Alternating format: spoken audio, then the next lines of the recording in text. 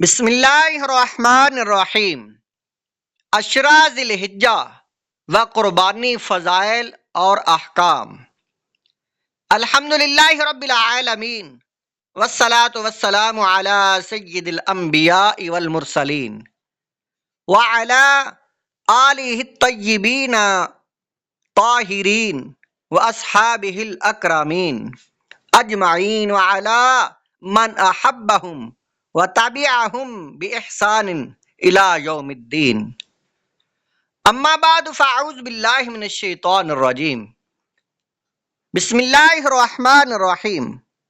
قل ان صلاتی ونسکی ومحیای ومماتی للہ رب العالمین۔ صدق اللہ العظیم۔ حضرات، آج کے اس خطاب میں عشرہ ذی الحجہ کے بارے میں ضروری گفتگو کرتے ہوئے قربانی کے فضائل و احکام بیان کرنے کی سعادت کروں گا۔ اللہ تعالیٰ نے ذی الحجہ کی ابتدائی 10 راتوں کی عظمت و شان ظاہر کرتے ہوئے سورۃ الفجر میں ان کی قسم یاد فرمائی ہے۔ ارشاد باری تعالیٰ ہے والفجر ولیال عشر، قسم ہے صبح کی اور 10 راتوں کی۔ سورۃ الفجر آیت نمبر 1 اور 2۔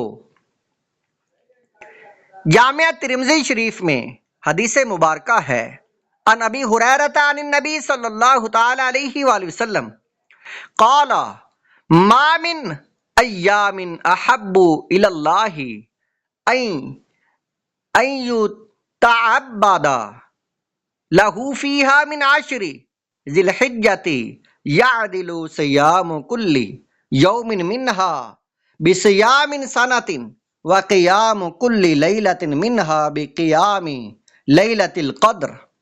جامعہ ترمذی ابواب الصوم باب ما جاء فی العمل فی ایام العشر، حدیث نمبر 763۔ زجاجۃ المصابیح باب فی الاضحیہ، حدیث نمبر 3118۔ سیدنا ابو ہریرہ رضی اللہ تعالیٰ عنہ سے روایت ہے، وہ حضرت نبی اکرم صلی اللہ تعالی علیہ وآلہ وسلم سے روایت کرتے ہیں کہ آپ نے ارشاد فرمایا، ذی الحجہ کی ابتدائی 10 دنوں میں کی جانے والی عبادت اللہ تعالیٰ کی بارگاہ میں دوسرے دنوں میں کی جانے والی عبادت سے زیادہ محبوب و پسندیدہ ہے۔ اس میں ایک دن کا روزہ سال کے برابر روزوں کے برابر اجر و ثواب رکھتا ہے، اور اس کے ایک دن ایک رات کا قیام سال بھر کی شب بیداری کے برابر اجر رکھتا ہے۔ غنیت الطالبین طریق الحق میں ام المومنین سیدہ عائشہ صدیقہ رضی اللہ تعالی عنہا سے روایت مذکور ہے، عن عائشہ رضی اللہ تعالی عنہا عن النبی صلی اللہ تعالی علیہ وآلہ وسلم انہ قال من احیا لیلۃ من لیالی عشر ذی الحجۃ فکانما عبد اللہ عبادتہ من حج واعتمر طول سنتہ ومن صام فیہا یوما فکانما عبد اللہ سائر سنتہ۔ غنیت الطالبی طریق الحق، جلد نمبر 2 صفحہ نمبر 25۔ حضرت عائشہ صدیقہ رضی اللہ تعالی عنہا سے روایت ہے، وہ حضرت نبی اکرم صلی اللہ تعالی علیہ وآلہ وسلم سے روایت کرتے ہیں کہ آپ نے ارشاد فرمایا، جو عشرہ ذی الحجہ کی کسی رات کو عبادت کے ذریعے زندہ کرے گا، گویا وہ اس سال حج اور سال بھر عمرہ کرنے والے کے برابر عبادت کرنے والا قرار پائے گا، اور جو شخص اس عشرہ میں کسی دن روزہ رکھے تو گویا اس نے سال بھر اللہ تعالیٰ کی عبادت کی ہے۔ حضور نبی اکرم صلی اللہ تعالی علیہ وآلہ وسلم نے ارشاد فرمایا،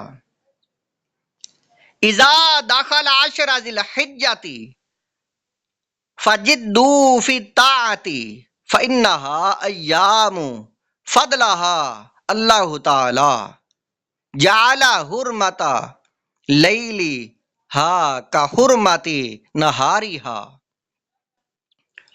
حضور علیہ الصلوۃ والسلام آپ نے ارشاد فرمایا جب عشرہ ذی الحجہ شروع ہو جائے تو عبادت و اطاعت میں مزید اہتمام کرو، کیونکہ یہ وہ ایام ہیں جنہیں اللہ تعالیٰ نے فضیلت و برتری عطا فرمائی ہے، اور اس کی رات کو بھی دن کی طرح عظمت و تقدس والی بنایا ہے۔ غنیت الطالبین، طریق الحق، جلد نمبر 2 صفحہ نمبر 25۔ الترغیب و ترہیب میں روایت ہے، حضرت انس بن مالک رضی اللہ تعالیٰ عنہ آپ راوی ہیں، قال کان یقال فی ایام العشر بکل یوم الف یوم و یوم عرفۃ عشرۃ الاف یوم، رواہ بہقی۔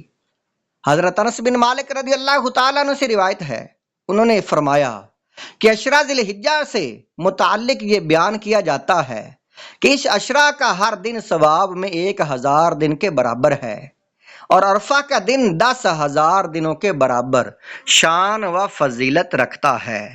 امام بہقی اور امام اصبہانی نے اس روایت کو بیان کیا ہے، الترغیب و ترہیب، جلد نمبر 2 صفحہ نمبر 200۔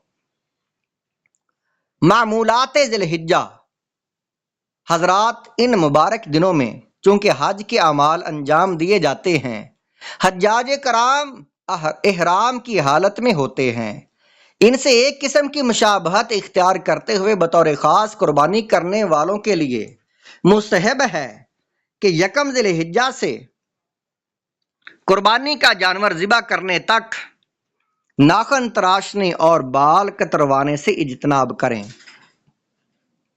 حضور پاک صلی اللہ تعالی علیہ وآلہ وسلم نے ان ایام میں ناخن تراشنے اور بال کتروانے سے منع فرمایا، چنانچہ صحیح مسلم شریف میں جلد نمبر 2 صفحہ نمبر 160 میں حدیث پاک ہے،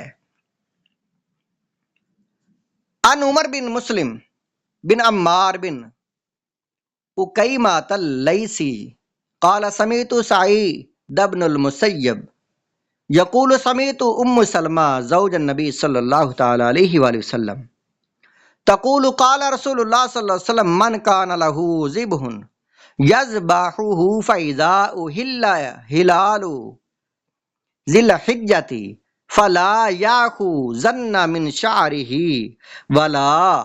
ولی من اظفارہ شیئا حتی یضحی۔ حضرت ام سلمہ رضی اللہ تعالیٰ عنہ سے روایت ہے، آپ فرماتے میں نے سنا آپ صلی اللہ علیہ وسلم نے فرمایا، حضور رسول اللہ صلی اللہ علیہ وسلم نے ارشاد فرمایا، جس شخص کے پاس ذبح کرنے کے لیے جانور ہو اور جب ماہ ذی الحجہ کا چاند دکھائی دے تو وہ اپنے بال نہ نکالے اور نہ ناخن تراشے یہاں تک کہ قربانی کر لے۔ صحیح مسلم کتاب الاضاحی، باب نہا من داخل علیہ عشرہ ذی الحجہ وہو مرید التذبیحۃ، حدیث نمبر 5236۔ 9ویں ذی الحجہ کی فجر سے 13ویں کے عصر تک ہر فرض نماز کے بعد اہل اسلام خواتین و حضرات تکبیر تشریق کا اہتمام کریں، ذی الحجہ کی ابتدائی دنوں میں روزہ کا اہتمام کریں، کم از کم 9 ذی الحجہ عرفہ کا روزہ رکھیں جو بڑی فضیلت کا حامل ہے۔ صاحبان نصاب قربانی کا لازمی طور پر اہتمام کریں، جو قربانی نہ کر سکتے ہوں وہ بھی اگر عید کے دن ناخن تراشنے اور زائد بال کتروانے کا اہتمام کریں تو ان کے لیے مکمل قربانی کا اجر و ثواب ہے۔ سنن ابو داؤد، حدیث نمبر 2751، اور سنن نسائی کتاب الاضحیہ اور حدیث نمبر 4382۔